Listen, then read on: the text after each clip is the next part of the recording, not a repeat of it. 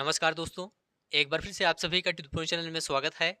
दोस्तों, आज की इस क्लास में रेलवे ग्रुप डी भर्ती 2025 के लिए विज्ञान और जनरल अवेयरनेस से संबंधित टॉप 25 मोस्ट इंपोर्टेंट प्रश्नों को देखेंगे। देखिए दोस्तों, विज्ञान के अंतर्गत भौतिक विज्ञान, रसायन विज्ञान और जीव विज्ञान से संबंधित महत्वपूर्ण प्रश्नों को लिया गया है। साथ में जनरल अवेयरनेस से संबंधित महत्वपूर्ण प्रश्नों को भी शामिल किया गया है। और सभी प्रश्न दोस्तों प्रीवियस ईयर एग्जाम में पूछे गए हैं रेलवे ग्रुप डी में। और जो प्रश्न लिए गए हैं उस टॉपिक से संबंधित हर बार ग्रुप डी परीक्षा में प्रश्न पूछे गए हैं। तो आप सभी लोग इस क्लास को पूरा ध्यान से देखिए और सभी प्रश्नों का उत्तर बताने का प्रयास कीजिए। तो चलिए शुरू करते हैं। पहला प्रश्न है दोस्तों, निम्नलिखित में से क्या पारिस्थितिक तंत्र का एक जैविक घटक नहीं है। यहाँ पर जैविक घटक के बारे में पूछा गया है। आप लोग जैविक घटक और अजैविक घटक दोनों अच्छे से तैयार कर लीजिएगा, क्योंकि यहाँ से एग्जाम में प्रश्न पूछा जाता है। जैविक घटक का मतलब जो सजीव है, जो जीवित है, वह जैविक है। और अजैविक का मतलब होता है जो निर्जीव है। तो यहाँ पर मेढक क्या है, ये जैविक घटक है। मृदा, मृदा जैविक घटक नहीं है। मृदा क्या है, अजैविक घटक है। पुष्प क्या है, यह भी आपका जैविक घटक है। कीट क्या है, यह भी जैविक घटक है। तो यहाँ पर कौन सा जैविक घटक नहीं है, तो मृदा, मृदा क्या है, ये अजैविक घटक है। तो यहाँ पर बी ऑप्शन आपका राइट आंसर हो जाएगा। मृदा क्या है, अजैविक घटक के अंतर्गत आता है। ध्यान रखिएगा, समुदायों के जीवों की रचना, कार्य व उनके वातावरण के पारस्परिक संबंध को दोस्तों पारिस्थितिक तंत्र कहते हैं। यहाँ पर पारिस्थितिक तंत्र लिखा गया है, इसे आप लोग ध्यान रखिएगा। पारिस्थितिक तंत्र के दो घटक होते हैं, एक होता है जैविक घटक और दूसरा अजैविक घटक। तो यहाँ पर बी ऑप्शन आपका राइट आंसर हो जाएगा। अगला प्रश्न आप सभी के सामने है, निम्नलिखित में से कौन सा भारत के वित्तीय बजट में शामिल नहीं है। वित्तीय बजट में कौन सा शामिल नहीं है। देखिए दोस्तों, प्राथमिक घाटा, राजकोषीय घाटा, राजस्व घाटा तीनों वित्तीय बजट में शामिल है। साख नियंत्रण, यह भारत के वित्तीय बजट में शामिल नहीं है। याद रखिएगा, भारत के वित्तीय बजट में प्राथमिक, राजकोषीय तथा राजस्व घाटा का जिक्र रहता है, जबकि साख नियंत्रण इसमें शामिल नहीं रहता है। साख नियंत्रण दोस्तों भारतीय रिजर्व बैंक द्वारा किया जाता है, इसे आप लोग ध्यान रखिएगा। ए ऑप्शन आपका राइट आंसर हो जाएगा। नेक्स्ट है, निम्न में से कौन सा तत्व सर्वाधिक अभिक्रियाशील है। कौन सा तत्व सर्वाधिक अभिक्रियाशील है, यहां पर पूछा गया है। सीसा, मैग्नीशियम, एल्यूमिनियम, कैल्शियम। तो विकल्प के अनुसार यहां पर कैल्शियम आपका राइट आंसर हो जाएगा, डी ऑप्शन। कैल्शियम सर्वाधिक अभिक्रियाशील तत्व है, जबकि मैग्नीशियम तथा एल्यूमिनियम इससे कम अभिक्रियाशील तत्व हैं। तो यहाँ पर आपका राइट आंसर हो जाएगा डी ऑप्शन, कैल्शियम। सभी प्रश्न ध्यान से देखते हुए चलिए, ऐसे ही प्रश्न ग्रुप डी परीक्षा में पूछे जाएंगे। भारत सरकार द्वारा ग्रामीण अवसंरचना के उन्नयन हेतु भारत निर्माण किस पंचवर्षीय योजना के तहत शुरू किया गया था। ऑप्शन है छठी पंचवर्षीय योजना, आठवीं पंचवर्षीय योजना, नौवीं पंचवर्षीय योजना, 10वीं पंचवर्षीय योजना। तो देखिए दोस्तों, यहाँ पर आपका राइट आंसर हो जाएगा 10वीं पंचवर्षीय योजना, डी ऑप्शन आपका राइट आंसर हो जाएगा। भारत सरकार द्वारा ग्रामीण अवसंरचना के उन्नयन हेतु 2005 में भारत निर्माण योजना शुरू की गई थी। तो यहाँ पर डी ऑप्शन आपका राइट आंसर हो जाएगा। भारत में मैंग्रोव वन मुख्यतः इनमें से किस राज्य में पाए जाते हैं। मैंग्रोव वन से संबंधित प्रश्न यहाँ पर पूछा गया है, तो याद रखिएगा पश्चिम बंगाल। यहाँ पर डी ऑप्शन राइट आंसर हो जाएगा। भारत में मैंग्रोव वन मुख्यतः पश्चिम बंगाल राज्य में पाए जाते हैं। तो यहाँ पर डी ऑप्शन आपका राइट आंसर हो जाएगा। अगला प्रश्न है, एक अश्वशक्ति इनमें से किसके बराबर है। एक अश्वशक्ति इनमें से किसके बराबर है, तो याद रखिएगा 746 वाट के बराबर है। यहाँ पर डी ऑप्शन राइट आंसर हो जाएगा, 746 वाट। नेक्स्ट है, पौधों में अपशिष्ट उत्पाद के रूप में ऑक्सीजन कब और कैसे उत्सर्जित होती है। पौधों में अपशिष्ट उत्पाद के रूप में ऑक्सीजन कब और कैसे उत्सर्जित होती है। ऑप्शन है रात के समय प्रकाश संश्लेषण के द्वारा, दिन के समय प्रकाश संश्लेषण के द्वारा, रात के समय में श्वसन के द्वारा, दिन के समय श्वसन के द्वारा।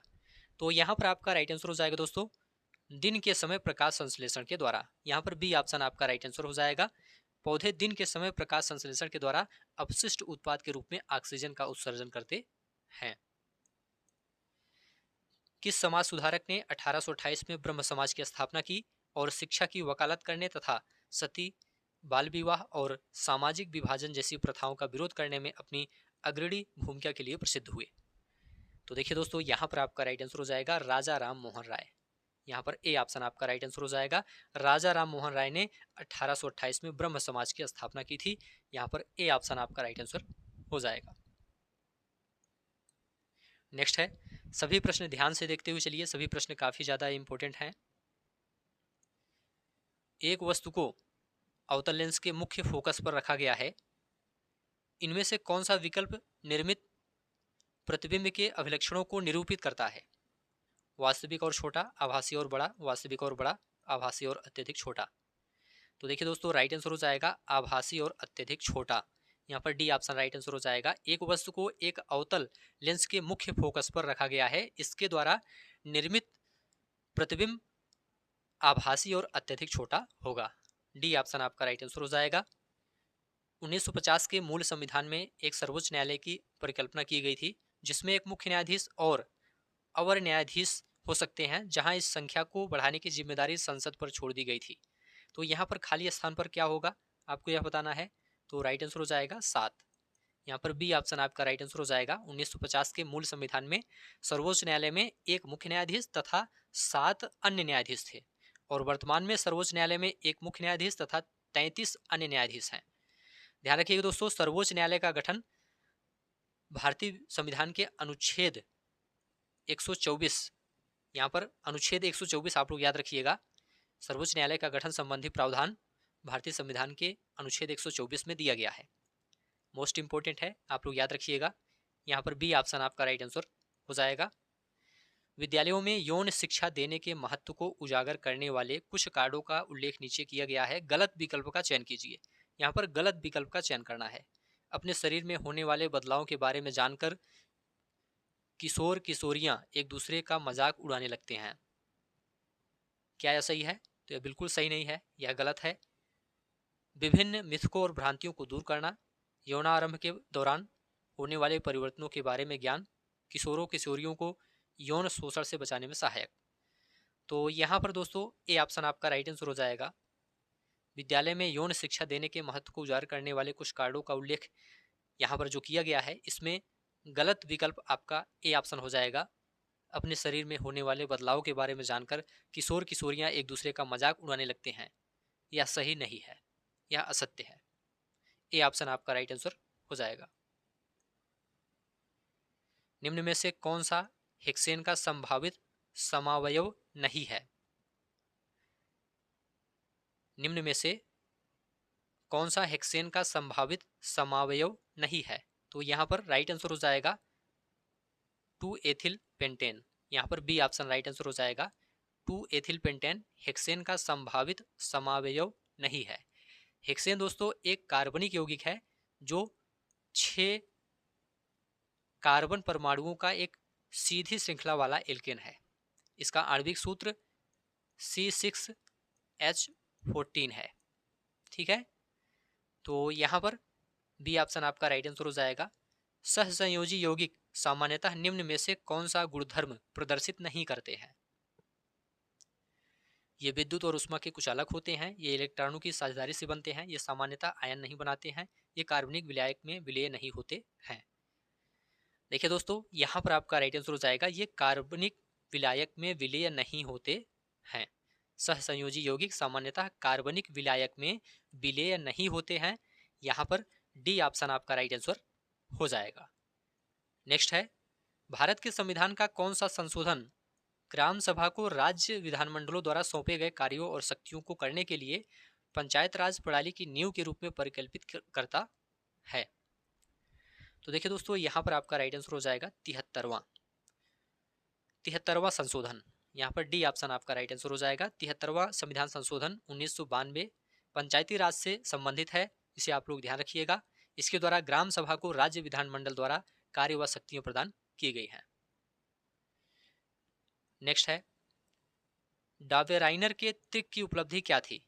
डाबेराइनर के त्रिक की उपलब्धि क्या थी? ऑप्शन है, अणुओं की परमाणुकता का अध्ययन करने का पहला प्रयास तत्वों के गुणधर्मों को परमाणु द्रव्यमानों के साथ जोड़ने का पहला प्रयास, तत्वों के रंग का अध्ययन करने का पहला प्रयास, परमाणुओं के आकार का अध्ययन करने का पहला प्रयास। तो यहाँ पर आपका राइट आंसर हो जाएगा तत्वों के गुणधर्मों को परमाणु द्रव्यमानों के साथ जोड़ने का पहला प्रयास।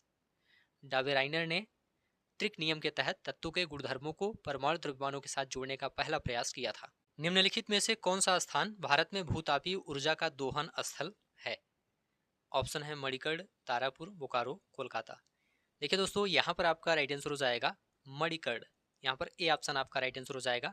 याद रखिएगा, भारत में भूतापीय ऊर्जा के प्रमुख संभावित दोहन स्थलों में मणिकर्ण है जो कि हिमाचल प्रदेश में है, और इसके साथ में राजगीर है जो कि बिहार में है, सूरजकुंड है जो कि झारखंड में है, तपोवन है जो कि उत्तराखंड में है, तथा सोहना जो कि हरियाणा में है। ये सभी प्रमुख भूतापीय ऊर्जा का दोहन स्थल है। तो यहाँ पर ए ऑप्शन आपका राइट आंसर हो जाएगा। भूतापीय ऊर्जा दोस्तों पृथ्वी से निकलने वाली उष्मा है, और इस ऊर्जा का इस्तेमाल इमारतों को गर्म करने और विद्युत उत्पादन में किया जाता है। इसे आप लोग याद रखिएगा। पोंगल के त्योहार के दौरान लोगों द्वारा इनमें से किसकी पूजा की जाती है? भगवान शिव, माँ दुर्गा, चंद्रमा, सूर्य। तो यहाँ पर राइट आंसर हो जाएगा सूर्य। डी ऑप्शन आपका राइट आंसर हो जाएगा। पोंगल त्योहार तमिलनाडु में मनाया जाता है जो सूर्य देवता को समर्पित है। यह एक फसल कटाई उत्सव है जो मकर संक्रांति का प्रतिरूप है। यहाँ पर डी ऑप्शन आपका राइट आंसर हो जाएगा। अगला प्रश्न आप सभी के सामने है, निम्नलिखित में से कौन सा कथन सत्य है? यहाँ पर 4 कथन दिया गया है, इसमें कौन सा सत्य है आपको यह बताना है। पहला है, किसी लेंस के लिए पहला मुख्य फोकस उस वस्तु की स्थिति है जिसका प्रतिबिंब अनंत पर है। क्या यह सही है? तो यह दोस्तों बिल्कुल सही है, पहला कथन सत्य है। किसी लेंस के लिए पहला मुख्य फोकस उस वस्तु की स्थिति है जिसका प्रतिबिंब फोकस दूरी की दोगुनी दूरी पर बनता है। यह गलत है। किसी लेंस के लिए दूसरा मुख्य फोकस उस वास्तविक प्रतिबिंब की स्थिति है जिसकी वस्तु अनंत पर स्थित है। यह भी आपका सही है। किसी लेंस के लिए दूसरा मुख्य फोकस उस वस्तु की स्थिति है जिसका प्रतिबिंब फोकस दूरी की दोगुनी दूरी पर बनता है। यह भी गलत है। यहाँ पर ए और सी आपका सही है, तो डी ऑप्शन आपका राइट आंसर हो जाएगा। ए और सी दोनों यहाँ पर सही है। डी ऑप्शन आपका राइट आंसर हो जाएगा। निम्नलिखित में से कौन से कथन सही हैं? 3 कथन यहाँ पर दिया गया है, कौन सा सही है आपको यह बताना है। चुंबकीय क्षेत्र की प्रबलता क्षण चुंबक के केंद्र में सर्वाधिक प्रबल होती है। यह दोस्तों गलत है। कोई भी 2 चुंबकीय बल रेखाएं प्रतिच्छेदित नहीं कर सकती हैं। क्या यह सही है? तो यह बिल्कुल सही है, दूसरा कथन यहाँ पर सही है। और चुंबकीय बल रेखाएं बंद सतत वक्र निर्मित करती हैं। तो यह भी आपका सही है। यहाँ पर आपका डी ऑप्शन राइट आंसर हो जाएगा। 2 और 3 दोनों यहाँ पर सही हैं। अगला प्रश्न आप सभी के सामने है, एक लड़का एक लेंस का उपयोग करके एक दूरस्थ वस्तु का एक स्पष्ट प्रतिबिंब एक पर्दे पर फोकस करता है। लेंस और पर्दे के बीच की दूरी लगभग किसके बराबर होगी? तो यहाँ पर 4 ऑप्शन दिया गया है। तो यहाँ पर दोस्तों याद रखिएगा, फोकस दूरी के बराबर होगी। यहाँ पर बी ऑप्शन एफ आपका राइट आंसर हो जाएगा। एफ का मतलब फोकस दूरी। लेंस और पर्दे के बीच की दूरी लगभग फोकस दूरी के बराबर होगी। तो यहाँ पर बी ऑप्शन आपका राइट आंसर हो जाएगा। निम्नलिखित में से किसे इस्लाम धर्म का संस्थापक माना जाता है? किसे इस्लाम धर्म का संस्थापक माना जाता है आपको यह बताना है। तो याद रखिएगा, पैगंबर मोहम्मद को इस्लाम धर्म का संस्थापक माना जाता है। पैगंबर मोहम्मद को इस्लाम धर्म का संस्थापक माना जाता है। इनका जन्म दोस्तों 570 ईस्वी में हुआ था तथा 610 ईस्वी में मक्का में ज्ञान की प्राप्ति हुई थी, और 622 में मोहम्मद साहब के मक्का से मदीना की यात्रा को हिजरी संवत के रूप में जाना जाता है, 622 को। ठीक है, तो यहाँ पर सी ऑप्शन आपका राइट आंसर हो जाएगा। नीचे दी गई तालिका पौधों और जंतुओं की संरचना और कार्य व्यवहार के बीच के अंतर को दर्शाती है। कौन सा विकल्प गलत कथन को दर्शाता है आपको यह बताना है। यहाँ पर पौधे लिखा गया है, यहाँ पर प्राणी है। पौधे के नीचे यहाँ पर लिखा गया है पहले ऑप्शन में पौधे अचल रहते हैं। प्राणियों के बारे में लिखा गया है प्राणी भोजन, साथी और आश्रय की तलाश में भटकते रहते हैं। कौन सा विकल्प गलत कथन को दर्शाता है यहाँ पर आपको यह बताना है। अधिकांश ऊतक मृत होते हैं, पौधों के बारे में कहा गया है। प्राणियों के बारे में अधिकांश ऊतक जीवित होते हैं। पौधे के बारे में कम ऊर्जा की आवश्यकता होती है, प्राणियों के बारे में अधिक ऊर्जा की आवश्यकता होती है। पौधे इनके केवल कुछ ही भाग बढ़ते हैं, प्राणी इनके केवल कुछ ही भाग बढ़ते हैं। क्या यह सही है? पौधे के केवल कुछ ही भाग नहीं बढ़ते हैं, सभी भाग बढ़ते हैं, तो यह तो गलत हो जाएगा। प्राणियों के कुछ भाग नहीं बढ़ते हैं, सभी भाग बढ़ते हैं, तो यह भी गलत हो जाएगा। तो डी वाला जो विकल्प है यह गलत कथन को दर्शाता है। तो यहाँ पर ए ऑप्शन राइट आंसर हो जाएगा। ए में डी लिखा गया है, डी आपका राइट आंसर हो जाएगा। अन्य सभी सही हैं। पौधे अचल रहते हैं और प्राणी भोजन साथी और आश्रय की तलाश में भटकते रहते हैं, सही है। पौधे अधिकांश ऊतक मृत होते हैं, सही है। प्राणी अधिकांश ऊतक जीवित होते हैं। पौधे कम ऊर्जा की आवश्यकता होती है, प्राणियों के लिए अधिक ऊर्जा की आवश्यकता होती है, यह सब सही है। यहाँ पर डी ऑप्शन आपका राइट आंसर हो जाएगा। अगला प्रश्न है, निम्नलिखित में से कौन सा बीजाणुओं का पुनरुत्पादन करता है? ऑप्शन आप सभी के सामने है, आप लोग जल्दी से बताइए यहाँ पर आपका राइट आंसर क्या होगा। देखिए दोस्तों, यहाँ पर आपका राइट आंसर हो जाएगा fern. A option right answer हो जाएगा फर्न। पादपों में लैंगिक व अलैंगिक दो प्रकार का जन्म होता है, इसे आप लोग याद रखिएगा। अलैंगिक जनन में दोस्तों पादप बिना बीजों के ही नए पादप का निर्माण कर सकते हैं, जबकि लैंगिक जनन में नए पादप बीजों से ही प्राप्त होते हैं। अलैंगिक जनन दोस्तों खंडन, मुकुलन, बीजाणु निर्माण और कायिक प्रवर्धन द्वारा होता है। और फर्ण व मांस, यहाँ पर फर्ण जो लिखा गया है, फर्ण व मांस जैसे पादपों में बीजाणुओं द्वारा जनन होता है। तो यहाँ पर ए ऑप्शन आपका राइट आंसर हो जाएगा फर्ण। निम्नलिखित में से कौन सा भारतीय संविधान के अनुच्छेद 51A के अंतर्गत आता है? आप लोग जल्दी से बताइए, यहाँ पर आपका राइट आंसर क्या होगा। कौन सा भारतीय संविधान के अनुच्छेद 51A के अंतर्गत आता है? मौलिक अधिकार, संस्कृति व शिक्षा का अधिकार, मौलिक कर्तव्य, अंतर्राष्ट्रीय शांति और सुरक्षा को बढ़ावा देना। तो राइट आंसर हो जाएगा मौलिक कर्तव्य। सी ऑप्शन आपका राइट आंसर हो जाएगा। भारतीय संविधान के 42वें संशोधन 1976 द्वारा भाग 4A के तहत दोस्तों अनुच्छेद 51A में मूल कर्तव्य का उपबंध किया गया है, इसे आप लोग ध्यान रखिएगा। यह दोस्तों रूस के संविधान से प्रेरित है, इसे भी आप लोग ध्यान रखिएगा। मौलिक कर्तव्य रूस के संविधान से प्रेरित है तथा स्वर्ण सिंह समिति की सिफारिश पर संविधान में इसे स्थापित किया गया है। तो यहाँ पर सी ऑप्शन आपका राइट आंसर हो जाएगा। एक एसी जनरेटर किस सिद्धांत पर काम करता है? एक एसी जनरेटर किस सिद्धांत पर काम करता है? तो याद रखिएगा इलेक्ट्रोमैग्नेटिक इंडक्शन सिद्धांत पर कार्य करता है। सी ऑप्शन आपका राइट आंसर हो जाएगा। चलिए आगे बढ़ते हैं। सभी प्रश्न आप लोग ध्यान से देखते हुए चलिए। निम्नलिखित को सुमेलित करें। निम्नलिखित को सुमेलित करें। ए और बी यहाँ पर दिया गया है, इसे सुमेलित करना है। लाल गोभी के पत्ते, इसे आप सुमेलित करेंगे प्राकृतिक अम्ल क्षारक सूचक से, और मेथिल ऑरेंज को अम्ल क्षारक सूचक से सुमेलित करेंगे। प्याज लौंग को घ्राण सूचक से सुमेलित करेंगे। तो इस तरह से यहाँ पर डी ऑप्शन राइट आंसर हो जाएगा। फर्स्ट का सी, सेकंड का बी, थर्ड का ए। डी ऑप्शन आपका राइट आंसर हो जाएगा। ब्लीचिंग पाउडर बनाने में शामिल सही रासायनिक अभिक्रिया की पहचान कीजिए। आप लोग इसका आंसर जल्दी से कमेंट करके बताइए। ब्लीचिंग पाउडर बनाने में शामिल सही रासायनिक अभिक्रिया की पहचान कीजिए। देखिए दोस्तों, यहाँ पर आपका राइट आंसर हो जाएगा CA ब्रैकेट में OH का होल ट्वाइस प्लस Cl2 आगे CaOCl2 प्लस H2O। यहाँ पर डी ऑप्शन आपका राइट आंसर हो जाएगा। कोयले और पेट्रोलियम के संरक्षण के लिए, कोयले और पेट्रोलियम के संरक्षण के लिए निम्नलिखित में से क्या किया जाना चाहिए?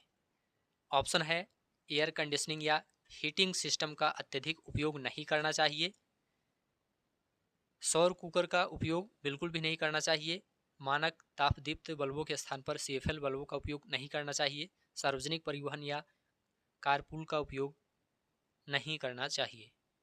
तो देखिए दोस्तों, यहाँ पर आपका राइट आंसर हो जाएगा एयर कंडीशनिंग या हीटिंग सिस्टम का अत्यधिक उपयोग नहीं करना चाहिए। ए ऑप्शन आपका राइट आंसर हो जाएगा। क्यों नहीं करना चाहिए? क्योंकि कोयले और पेट्रोलियम से दोस्तों विद्युत का उत्पादन किया जाता है। और ध्यान रखिएगा, कोयला और पेट्रोलियम ऊर्जा के अनवीकरणीय स्रोत हैं। यहाँ पर ए ऑप्शन आपका राइट आंसर हो जाएगा। तो ठीक है दोस्तों, आज की इस क्लास को यहीं पर समाप्त करते हैं। ऐसे ही प्रश्न रेलवे ग्रुप डी में पूछे जाते हैं। उम्मीद है यह क्लास आपको अच्छा लगा है तो चैनल को सब्सक्राइब कीजिए, दोस्तों शेयर कीजिए और कमेंट में लिखकर जरूर बताइए। धन्यवाद।